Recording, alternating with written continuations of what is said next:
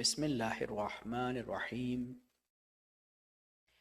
الحمد للہ الذی ہدانا لہذا وما كنا لنہتدی لولا ان ہدانا اللہ لقد جاءت رسل ربنا بالحق ثم الصلاة والسلام على اشرف الانبیاء والمرسلین سیدنا ونبینا وشفیعنا وحبیب قلوبنا وطبیب نفوسنا مولانا و مول الکونین جد الحسن والحسین ابی القاسم مصطفیٰ محمد اللہم صل علی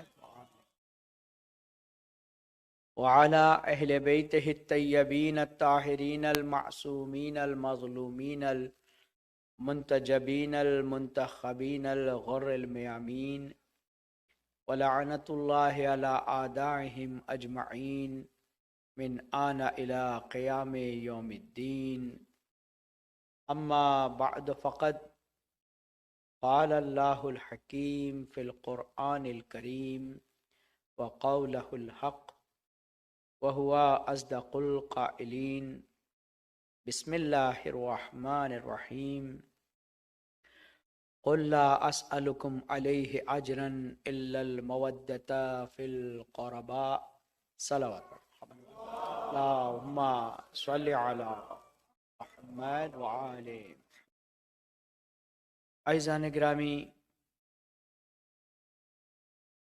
قرآن مجید میں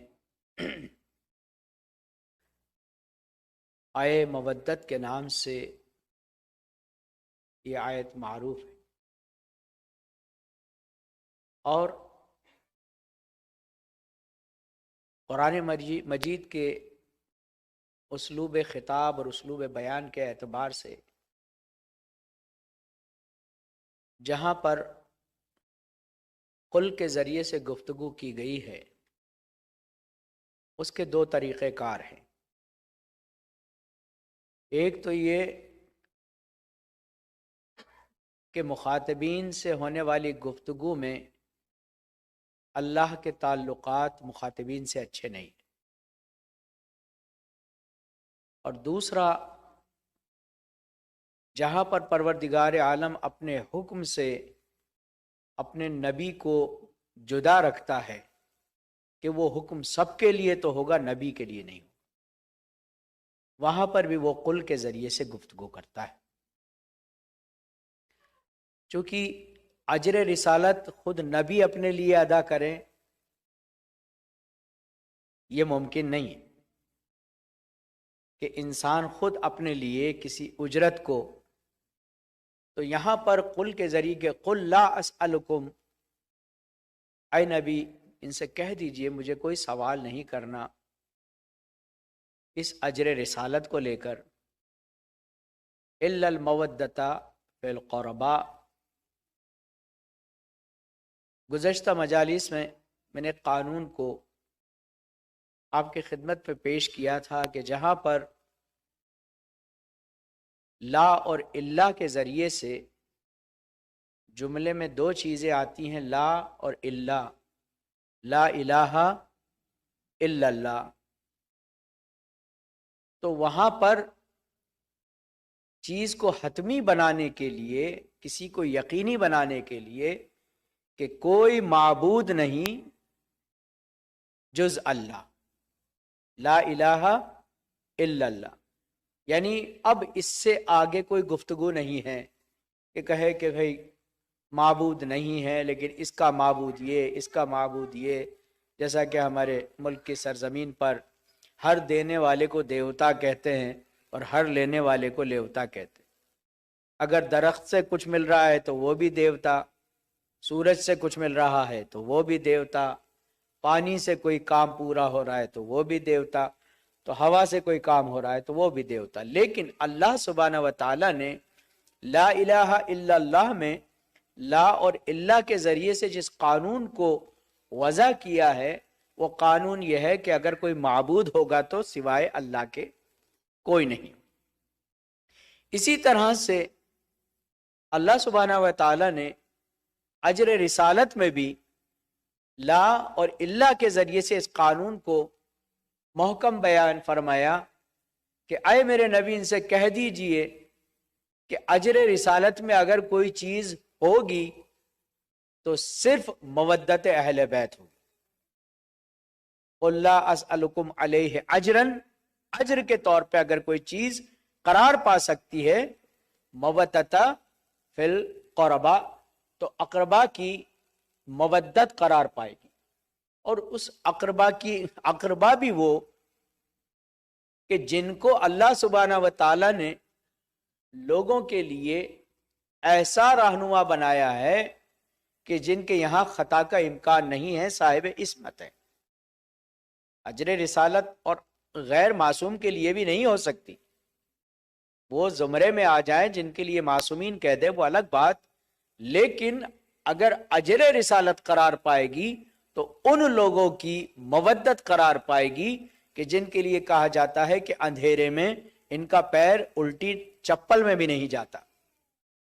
یعنی یہ کوئی خطا اور گناہ نہیں ہے، لیکن اندھیرے میں اگر آپ کا پیر الٹی نالین میں چلا جائے، رائٹ والی میں لیفٹ والا پیر اور لیفٹ میں رائٹ، تو وہ بھی ان کے یہاں امکان پذیر نہیں.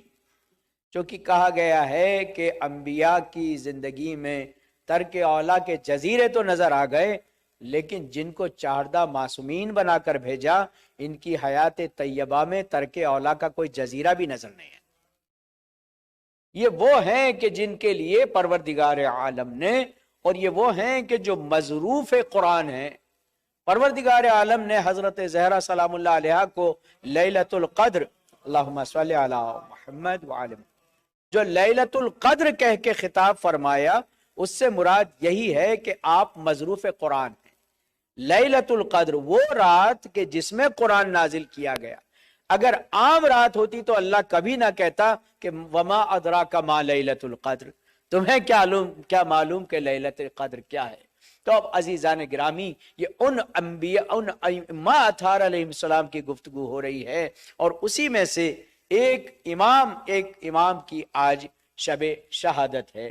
14 معصومین میں 4 نام تو وہ ہیں کہ جو محمد پر ہیں، 4 نام وہ ہیں جو علی پر ہیں، 2 نام وہ ہیں جو حسن پر ہیں. ٹوٹل کتنے ہوئے؟ 10.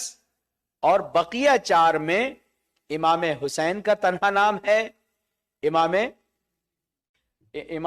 حسین علیہ السلام، حضرت فاطمہ زہرا سلام اللہ علیہ، امام حسین علیہ السلام، امام جعفر صادق علیہ السلام، اور امام موسیٰ کاظم علیہ السلام. یہ 4 نام ایسے ہیں کہ جو منفرد ہیں اور یہ ریپیٹ نہیں ہوئے ہیں. تو آپ اندازہ لگائیے کہ آج جس امام کی شہادت کے سلسلے میں بیٹھے ہیں یہ چوتھے علی کے نام سے جانے جاتے ہیں. پہلے امام علی ابن ابی طالب، دوسرے علی ابن الحسین علیہ السلام، تیسرے علی ابن موسیٰ رضا علیہ السلام، اور چوتھے علی ابن محمد نقی علیہ السلام. صلوات پڑھے محمد وآل محمد، اللہم صلی علی محمد وآل. امام نقی علیہ السلام کی ذات والا صفات وہ ہے کہ جو معجزاتی شکل میں، یعنی 8 سال، آپ کے والد بھی 7 سال کی عمر میں امام بنائے گئے، اور خود امام نقی علیہ السلام بھی 8 سال کی عمر میں عہدہ امامت پہ پہنچے. آپ کی ولادت باسعادت 212 ہجری، اور جب امام تقی علیہ السلام 220 ہجری میں آپ کی شہادت ہوئی تو آپ 12 سے 20 8 سال کی عمر آپ کی تھی. اور 8 سال کی عمر میں عالم یہ تھا کہ کوئی فقہی مسئلہ، کوئی قرآنی مسئلہ، کوئی دنیا کے سماجی مسئلہ ایسا نہ تھا کہ جس پر امام کی دسترس اس زمانے کے تمام علماء سے کہیں زیادہ، جس کا فاصلہ زمین و آسمان کے اعتبار سے ہوتا. اور یہ امام ہے کہ جس نے انسانوں کو، صلوات پڑھے محمد وآل محمد، اللہم صلی علی محمد وآل. آپ تھوڑا آگے تشریف لے آئیں انشاءاللہ، اور یہ راست صلوات، اللہم صلی علی محمد وآل.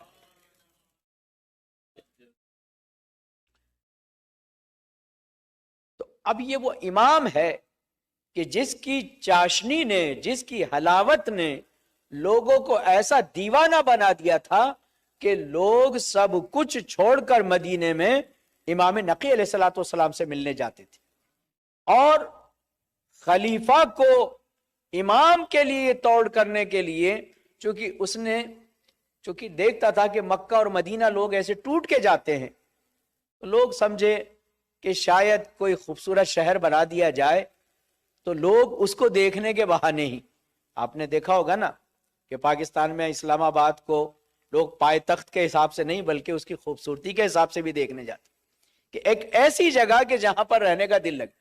اسی طرح بنو عباس نے اپنی کیپٹل بنایا تھا سامرہ۔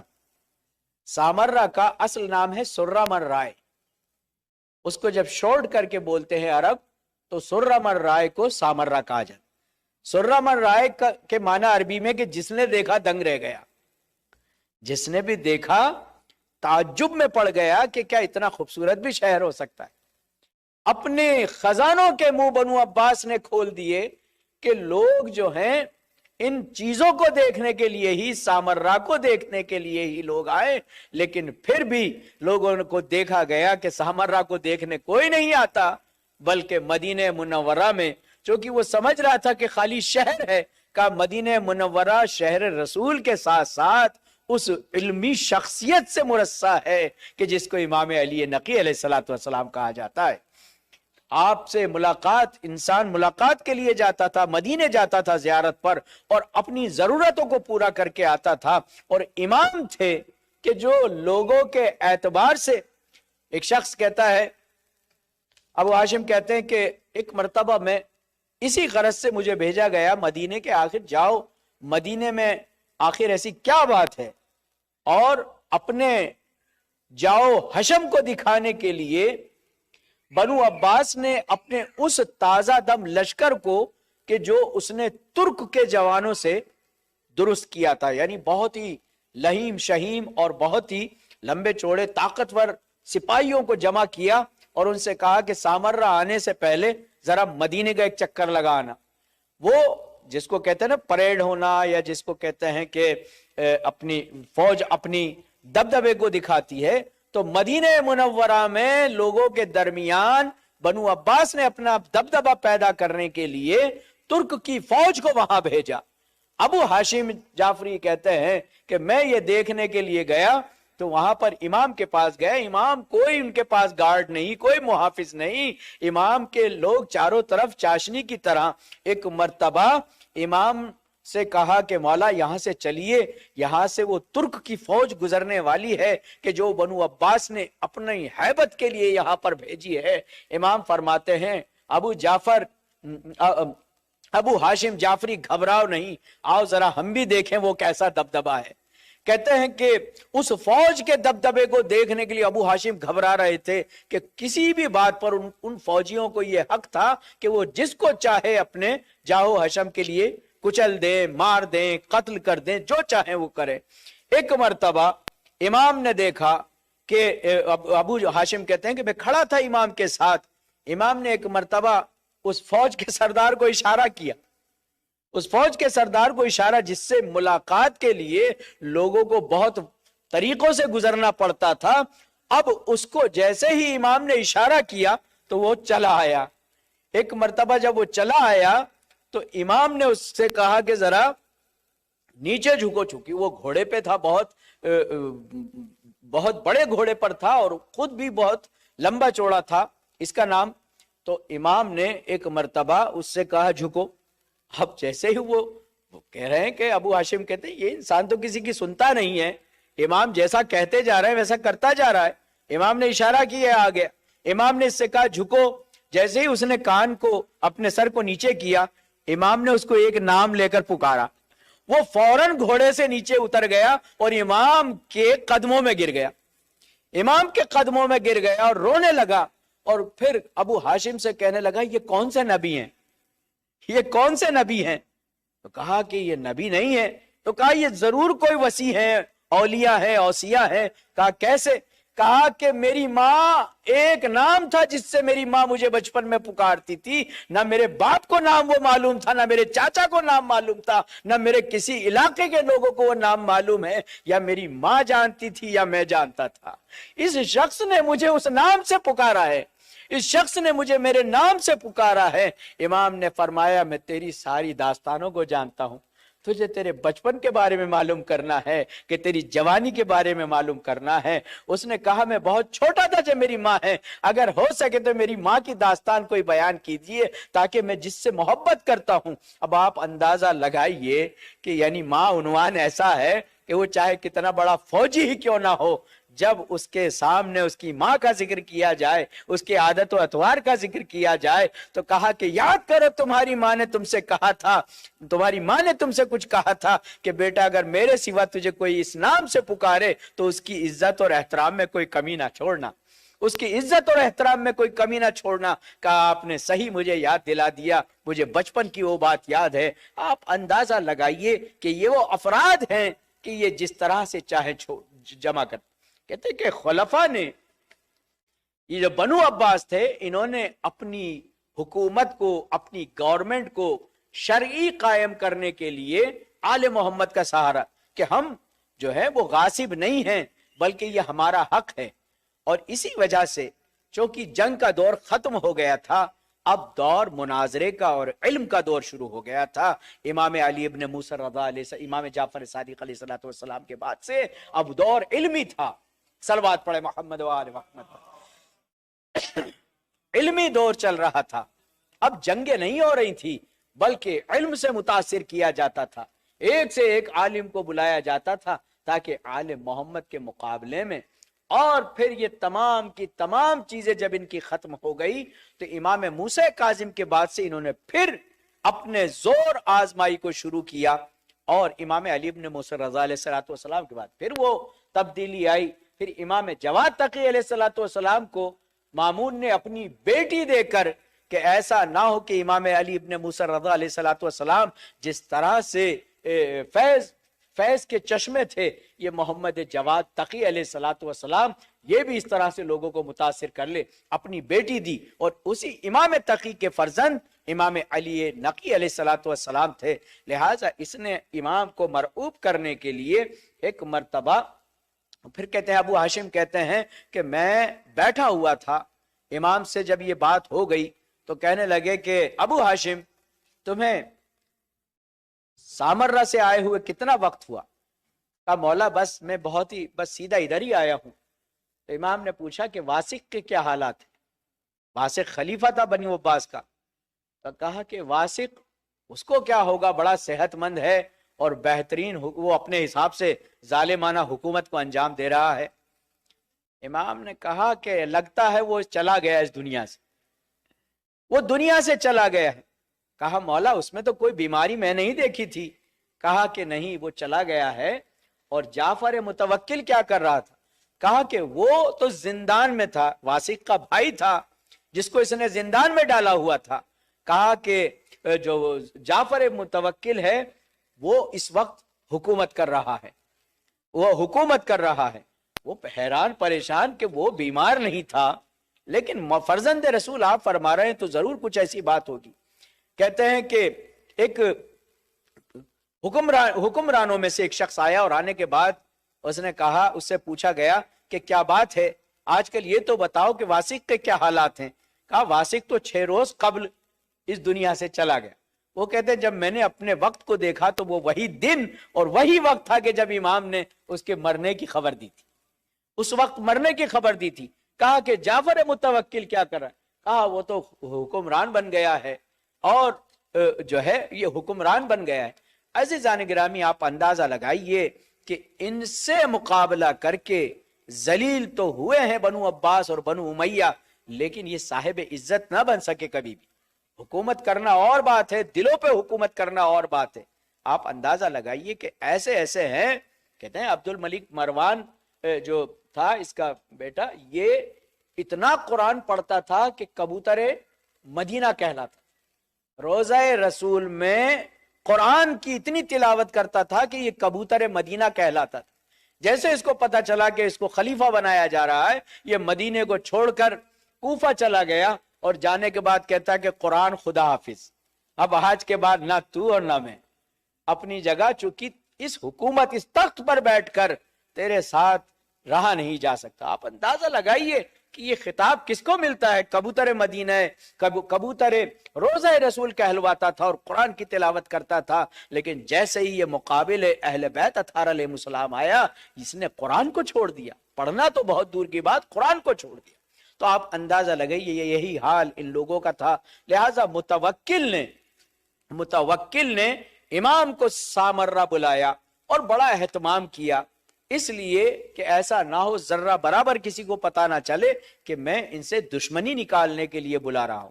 لہٰذا امام کو سامرہ بلا لیا گیا، اور بلا تو لیا امام کو، زندان میں بھی نہیں ڈالا، لیکن بس گھر کے چاروں طرف اتنے سپاہی لگا دیے کہ امام کا وہی گھر ان کے لیے زندان بن گئے۔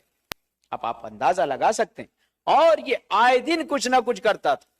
ایک مرتبہ اس نے کیا دیکھا، آئے دن امام کو بلا لیتا تھا، اپنے دربار میں بلاتا تھا، اور دیکھتا تھا جیسے ہی امام تشریف لاتے تھے تو اس کے سارے کارندے کھڑے ہو جاتے تھے، جتنے بھی اس کے اسٹاف کے لوگ تھے، جتنے بھی اس کے دربار میں اس کے نوکر تھے، وہ کھڑے ہو جاتے تھے۔ کہتا تم تنخواہ تو مجھ سے لیتے اور کھڑے تم ان کے لیے ہوتے ہو، یہ کیا بات ہے؟ آئندہ خبردار کوئی ان کے لیے کھڑے نہ ہو۔ اور جو لوگ پردہ ہٹاتے تھے غلام، ان سے کہا کہ تم میرے نوکر ہو، جب یہ آتے ہیں تو پردہ تم کیوں ہٹاتے ہو؟ ہٹانے دو، جیسے لوگ آتے ہیں یہ خود ہی ہٹا لیں گے۔ اب آپ اندازہ لگائیے، دیکھیں اماموں نے کبھی محنت کرنے میں کوئی کسر نہیں چھوڑی، اور نہ اس چیز کو اپنی عزت نفس کا مسئلہ بنایا کہ کوئی ان کے لیے پردے ہٹائے، کوئی ان کی نالین کو سیدھا کرے۔ نہیں، یہ تو قدرت کے نمائندے تھے، یہ تو لوگوں کے دلوں کو جیتنے آئے تھے، یہ لوگوں کے تاج و تخت پر حکومت کے لیے نہیں آئے تھے، دلوں پر حکومت کرنے آئے تھے۔ کہتے ہیں کہ یہ منع کر دیا گیا اور کہا کہ اب ٹھیک ہے، نے نوکروں سے کہہ دیا ان کے لیے پردے نہ ہٹائے، اور لوگوں سے کہہ دیا ان کے احترام میں کوئی کھڑا نہیں ہوگا۔ ایک مرتبہ کیا دیکھا، امام کو بلایا، نوکروں سے کہہ دیا کہ پردہ نہیں ہٹاؤ گے، بڑے وزنی پردے تھے، مخمل کے پردے۔ کہتے ہیں کہ جیسے ہی امام وارد دربار ہوئے، اتنی شدید ہوا چلی کہ پردے اتنی بلندی پر اڑ گئے کہ امام بآسانی سے گزر گئے، بآسانی سے گزر گئے۔ اب جو شدید ہوا کو چلتے ہوئے دیکھا، پردوں کو بلند ہوتے ہوئے دیکھا، ایک مرتبہ متوکل حیران ہو کے کھڑا ہو گیا۔ اب جو متوکل کھڑا ہوا تو پورا دربار کھڑا ہو گیا۔ ابھی بات لوگوں کی ہو رہی تھی، یہاں تک کہ متوکل کو کھڑا ہونا پڑا، اور اس کے بعد لوگوں نے کہا کہ یہ کیسے ہوا کہ اتنی شدید ہوا؟ کہا کہ سرکار اب کیا کریں، ہوا تو ہوا ہے، اس پر تو میرا اور آپ کا نہ کسی خلیفہ کا بس ہے، یہ تو اللہ کی بنائی ہوئی ہے۔ تو کہا کہ اتفاق ایسا ہو گیا کہ تیز ہوا چلی اور اس نے پردے ہٹا دیے، اب واپس بھی تو جائیں گے۔ اب جب امام واپس تشریف لے جانے لگے، وہ یہ سمجھ رہا تھا کہ کوئی بار بار تو ہوا چلتی نہیں ہے، پہلے باہر سے اندر کی طرف ہوا کا چلنا تو یہ فطری اعتبار سے تھا کہ فطری طور پہ باہر سے اندر کی طرف ہوا چلتی ہے، لیکن اب ایسا ہوا کہ اندر سے باہر کی طرف ایسی شدید ہوا چلی کہ پردے پھر اسی بلندی پر پہنچ گئے اور امام بآسانی سے گزر گئے۔ اس ہیبت کو دیکھ کر متوکل کھڑا ہوا، پورا دربار اس کے ساتھ کھڑا ہو گیا۔ متوکل نے کہا چلو پردے تو ہوا سے ہو گئے، لیکن تم کیوں کھڑے ہوئے؟ کہا خلیفہ اگر تیرے کھڑے ہونے پر ہم نہ کھڑے ہوتے تو پھر اعتراض کرتا کہ تم بیٹھے رہ گئے اور میں کھڑا ہو گیا۔ اے متوکل، ان سے مقابلہ نہ کر، قدرت نے فطرت ان کے ہاتھ میں دی ہے، یہ لیل و نہار ان کے ہاتھ میں ہیں، یہ ہوائیں ان کے ہاتھ میں ہیں، یہ سورج ان کے ہاتھ میں ہیں، ان کے جد ابو تراب کہلاتے ہیں، ان کے جد جو ہے ابو تراب کہلاتے ہیں۔ زمین پر بھی ان کا قبضہ، آسمان پر بھی ان کا قبضہ، دریا کی موجوں پر بھی ان کا قبضہ، تو ان سے مقابلہ نہ کر، کسی اور چیز میں مقابلہ کرنا ہے تو کر لینا، لیکن اللہ کی بنائی ہوئی چیزوں کو لے کر ان سے مقابلہ نہ کرنا۔ صلوات پڑھیں محمد وآل محمد، اللہم صلی علی محمد وآل۔ اب آپ اندازہ لگائیے کہ یہ وہ ائمہ ہیں، یہ وہ امام ہے کہ جس نے، کہتے ہیں کہ ایک شخص امام کی خدمت میں حاضر ہوا، آنے کے بعد وہ کچھ کہنا چاہتا تھا لیکن کہہ نہیں پایا۔ ایک مرتبہ امام نے اس کو بلایا اور بلانے کے بعد کہا کہ تم کچھ کہنا چاہتے تھے؟ کہا فرزند رسول اگر کہوں گا تو بات عجیب سی ہو جائے گی۔ امام نے کہا کہ تم نے ارادہ کر لیا یہی بہت ہے، ہم سے کہنے کا ارادہ کر لیا، تم یہی چاہتے ہو نا کہ تمہیں اللہ اولاد نرینہ عطا فرمائے، ایک بیٹا عطا فرمائے۔ کہا فرزند رسول میں صحیح کہہ رہا ہوں، میں نے یہی سوچا تھا کہ آپ سے۔ امام نے فرمایا کہ اس مرتبہ تو تمہاری بیٹی ہوگی، تمہارے جانے سے 3 دن پہلے اس کی ولادت ہو چکی ہوگی، اور جو ہے ولادت ہو چکی ہوگی، لیکن وہ بچے گی نہیں۔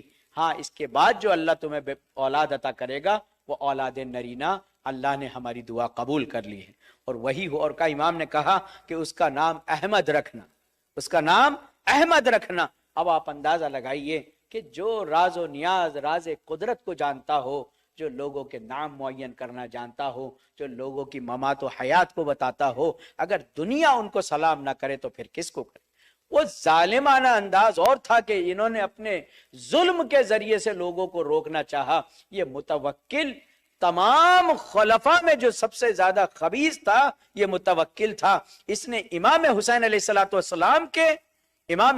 السلام کی قبر مبارک کو 17 بار مسمار کیا، ہل چلا دیے اس پر، 17 مرتبہ امام حسین کی قبر کو مٹی میں ملایا، اور اس کے علاوہ اس نے پانی کو چھوڑا کہ لوگ جائیں گے نہیں جب پانی بھر جائے گا تو۔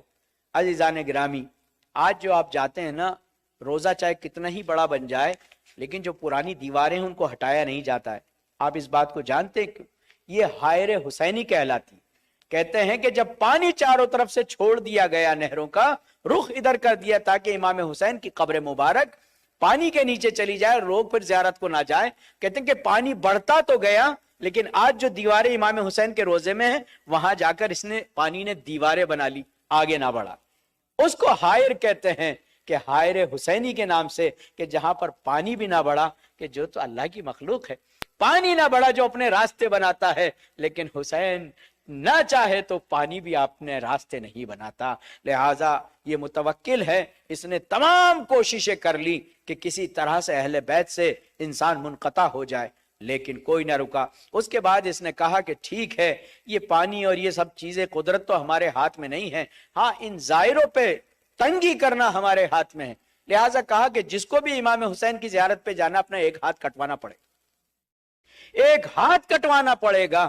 لوگوں نے اپنے ہاتھوں کو کٹوایا، لیکن اس بے تاج بادشاہ صبر کی زیارت سے بغیر نہیں۔ آج جو ہمیں اور آپ کو یہ آسانی سے زیارتیں مل رہی ہیں، بہت ہی مشکلات کا دور گزرا ہے۔ پھر اس کے بعد جب دیکھا کہ سرکار یہ تو ہاتھ کٹوا کے بھی جا رہے ہیں اور بالکل شکایت نہیں ہے، خوش ہے، بلکہ جس کا ہاتھ کٹا دیکھتے تو پہلے تو سمجھتے تھے لوگ کہ بھئی اس نے کوئی چوری کی ہوگی، لیکن اب ہاتھ کٹنا علامت بن گئی تھی حسین کی زیارت و ظاہر ہونے کی۔ اس علاقے میں اس کا اتنا استقبال ہوتا تھا کہ یہ حسین کی قبر سے آ رہا ہے، آپ اندازہ لگائیے۔ اور یہی ہوا۔ اس کے بعد اس نے کہا کہ اس معیار کو اور بڑھایا جائے، یہ معیار اور بڑھایا جائے۔ کہا کہ 2 شخص اگر جائیں گے تو ان میں سے ایک کو قتل ہونا پڑے گا، دوسرے کو زیارت کا اختیار ہے۔ اندازہ لگائیے، اختیارات پر بھی دیا تو اس پر بھی ایک بی بی نے نظر مانی تھی کہ مولا مجھے اگر بچہ ملے گا تو میں آپ کی زیارت کرانے لاؤں گی، اب میں منت مانتی ہوں کہ آپ کی زیارت کرنے آؤں گی۔ اللہ نے اس کو بچہ دیا، یہ لے کر پہنچی تو کہا کہ نہیں، تم میں سے بتاؤ کس کو مرنا ہے، پہلے ایک کو مرنا ہوگا، جب جا کے جس کو تاریخ نے ناصرہ کے نام سے بیان کیا، وہ مجھے نہیں معلوم ناصرہ نے امام حسین کی وجہ سے ناصرہ کہا گیا ہے یا یہ ناصرہ نام تھا۔ اس زائرہ نے کہا کہ نہیں، میں نے منت مانی ہے، حسین کی منت میں پوری کروں گی۔ کہا کہ پھر اس بچے کو مرنا پڑے گا، تو کہا کہ ان کا دیا ہوا ہے، اگر ان کے لیے چلا بھی گیا تو کیا فرق پڑتا ہے۔ کہتے ہیں اس کے سامنے اس بچے کو قتل کیا گیا، لیکن یہ پھر بھی بغیر شکوے کے امام حسین کے روزے پر پہنچی۔ کہتی ہے کہ ابھی میں بیٹھی ہی تھی، امام کا شکر ادا کر رہی تھی، کسی نقاب پوش بی بی نے اپنی آغوش میں میرے بچے کو لا کر دیا کہ تم گھبرانا نہیں، اور اب اس بچے کو کوئی غضب نہیں پہنچا سکتا۔ تو یہ وہ ہیں کہ جنہوں نے کسی کے احسانات کو نہیں رکھا۔ تو متوکل جتنا کر سکتا تھا کر چکا۔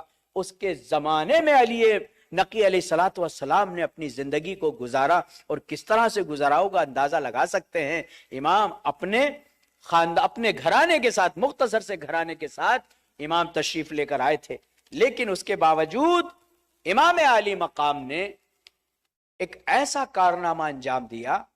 دو چیزیں ہیں، ایک تو یہ کہ اللہ سے جوڑنا، چونکہ اتنے ظلم ہوئے کہ لوگوں کو مناجات کرنا، چونکہ علی ابن الحسین زین العابدین یہ جو آج صحیفہ سجادیہ بآسانی پڑھ لیتے ہیں، اس طرح یہ کتابوں کی شکل میں تو نہیں تھا، اور پڑھنے والے پر پوری نظر رکھی جاتی تھی، اتنے حالات آسان نہیں تھے۔ ایسی صورت میں اللہ سے کنیکٹ ہونے والی دعا جو امام نے دعائے سحر کے نام سے تعلیم فرمائی، اور یہ وہ دعا ہے کہ جس کے لیے کہا جاتا ہے کہ یہ ہی دعا ایسی ہے کہ جس میں اسماء الحسنی کا وجود ہے۔ آپ جو پڑھتے ہیں دعائے سحر، چونکہ خود دعا انسان کے لیے اسلحہ ہے، دعا یرد القضاء، اللہ کے فیصلے کو دعا کے سوا کوئی چیز نہیں پلٹ سکتی۔ رسول اللہ کی حدیث ہے کہ الدعا یرد القضاء، دعا قضا کو بھی لوٹا دیتی۔